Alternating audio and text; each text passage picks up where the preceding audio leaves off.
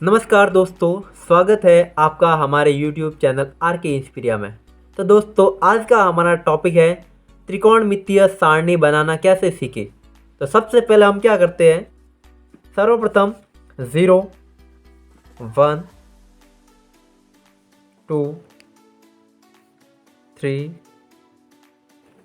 और 4 लिख देते हैं। उसके पश्चात हम सभी के अंदर 4 का डिवाइड कर देते हैं।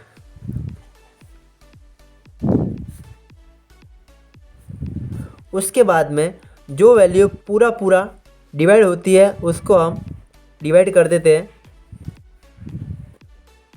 उसके बाद में जो भी वैल्यू शेष रहती है उसको हम ऐसे के ऐसे नीचे नोट कर लेते हैं।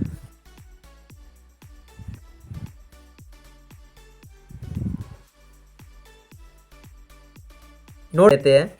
उसके पश्चात सभी के ऊपर अंडर रूट या वर्गमूल ले लेते हैं। यहाँ पर 0/4 अंडर रूट करेंगे तो 0 आ जाएगा। यहाँ पर 1/2 आ जाएगा। यहाँ पर 1/√2 आ जाएगा।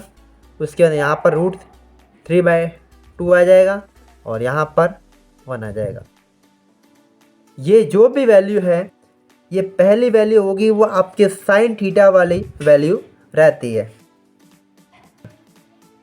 ये जो वैल्यू हमें प्राप्त हुई है, इस वैल्यू को साइन थीटा वाली टेबल में ऐसे के ऐसे नोट कर देते हैं।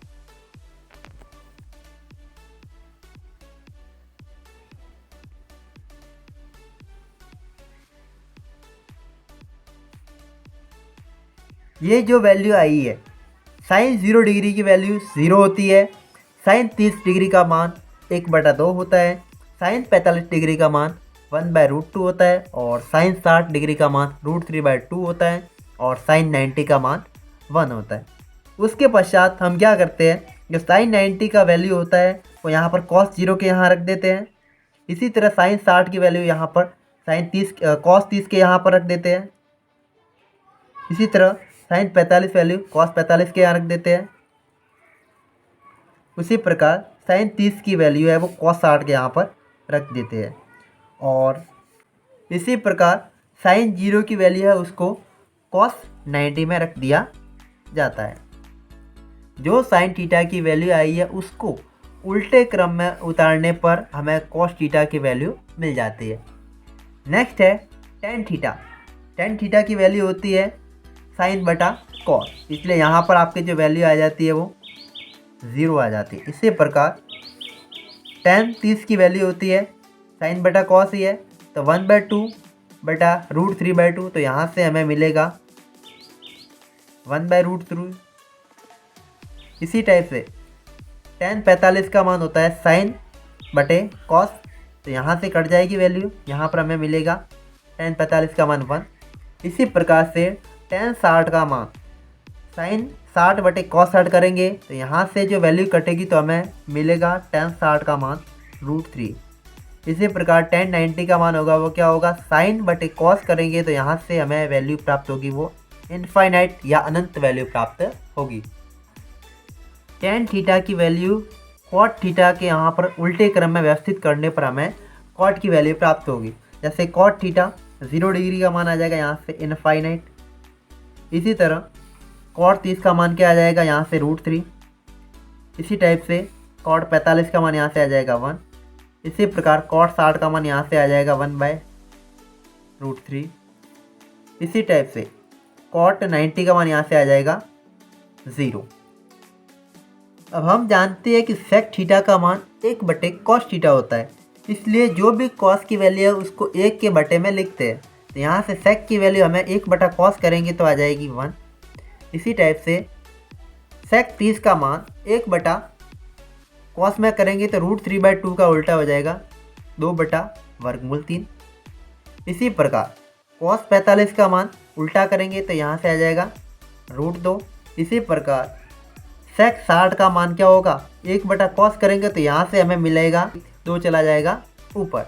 इसी प्रकार से सेक 90 का मान क्या होगा, तो 1/cos होता था, 1/cos यानी 1/0, तो 1 में जब 0 का भाग दिया जाता तो यहाँ से हमें इनफाइनाइट या अनंत की वैल्यू प्राप्त होती है। इसी प्रकार आगे कॉसेक थीटा में सेक थीटा की वैल्यू को उल्टे क्रम में व्यवस्थित करने पर वापस हमें कॉसेक थीटा का मान मिल जाएगा। तो जो सेक 90 का मान है वही हमें कॉसेक 0 का मान हो जाएगा जो कि इनफाइनाइट होगा। इसी तरह सेक 60 का मान होगा वो यहाँ पर कॉसेक 30 हो जाएगा। इसी प्रकार सेक 45 का मान √2 हो जाएगा। इसी प्रकार जो सेक 30 का मान है वो कॉसेक 60 का मान हो जाएगा। और इसी तरह से जो सेक 0 का मान है एक वो हमारे यहाँ पर कॉसेक 90 का मान हो जाएगा। तो इस तरह से हमने त्रिकोणमितीय सारणी को बहुत ही शॉर्ट तरीके से समझाने की कोशिश की है। उम्मीद करता हूँ कि आपको यह वीडियो पसंद आया होगा। इसके कुछ इम्पोर्टेंट फार्मूला भी है जो मैं यहाँ पर नोट डाउन कर रहा हूँ। जैसे साइन थीटा बराबर होता है 1/cosec थीटा। इसी तरह कॉसेक होता है वो साइन का उल्टा होता है, इसलिए कॉसेक थीटा बराबर होता है 1/sin थीटा। इसी टाइप से